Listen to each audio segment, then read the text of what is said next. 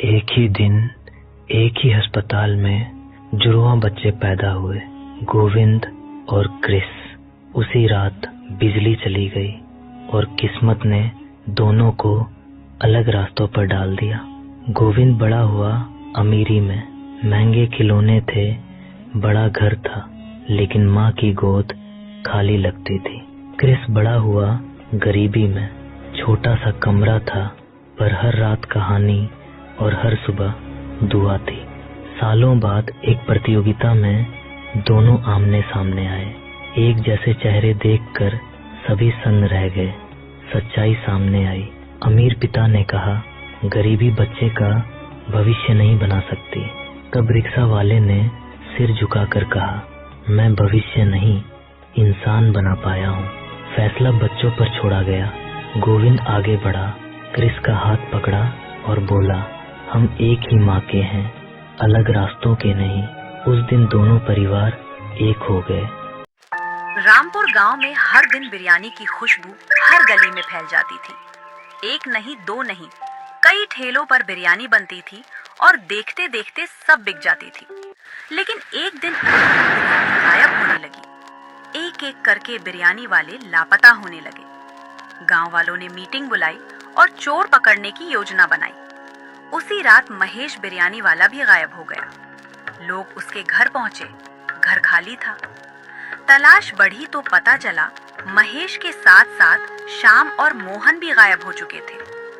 डरे हुए बिरयानी वाले मुखिया के पास पहुंचे। मुखिया ने इज्जत बचाने के लिए एक तांत्रिक को बुलाया। पूजा के दौरान एक खौफनाक सच सामने आया। गायब करने वाला कोई इंसान नहीं, बल्कि मुखिया का मरा हुआ बेटा था। वो भी बिरयानी का ठेला लगाना चाहता था, लेकिन मुखिया ने उसे रोक दिया था। मरने के बाद उसकी एक ही इच्छा थी कि उसके पिता खुद बिरयानी का ठेला लगाए। अगले दिन मुखिया ने ठेला लगाया और उसी शाम सारे गायब बिरयानी वाले एक एक करके वापस लौट आए। रामपुर गांव में सुनीता नाम की एक लड़की रहती थी। उसे खाना बनाना बिल्कुल नहीं आता था। जब भी उसके माता पिता डांटते, वो हंसकर कहती, मैं अपने पति के घर जाकर सब संभाल लूंगी, आप चिंता मत कीजिए।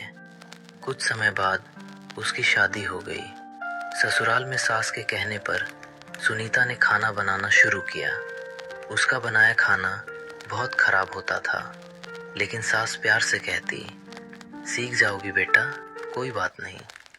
एक दिन सुनीता ने बिरयानी बनाई और सास को खाने के लिए बुलाया। तभी अचानक दो चोर घर में घुस आए। वे सबको धमकाने लगे और चोरी करने लगे। अचानक उन्हें घर से अजीब सी खुशबू आई। जाने से पहले उन्होंने बिरयानी चखने का सोचा। जैसे ही बिरयानी खाई, दोनों चोरों का पेट जोर जोर से खराब हो गया। वे सारा सामान छोड़कर भाग गए। तब सास बोली, आज तो बहू की खराब बिरयानी ने हमारा घर बचा लिया। सुनीता बोली, मैं कुछ और बनाकर लाती हूँ। ये सुनते ही सास घबरा गई और बोली, नहीं नहीं, अब तुम खाना मत बनाओ, जब तक सीख ना जाओ मैं ही बना लूंगी। एक छोटा लड़का रोज अपनी माँ से नाराज रहता था, क्योंकि माँ कुछ ज्यादा बोलती नहीं थी। स्कूल से आकर वो गुस्से में कहता, सबकी माँ जैसी क्यों नहीं हो तुम? माँ बस मुस्कुरा देती और चुपचाप उसके जूते साफ कर देती। एक दिन माँ बीमार पड़ गई। घर बिल्कुल शांत हो गया। लड़के ने पहली बार महसूस किया उसकी माँ की चुप्पी ही उसका प्यार थी। माँ ने धीरे से कहा, बेटा, माँ बोल नहीं पाती, पर महसूस सब करती है।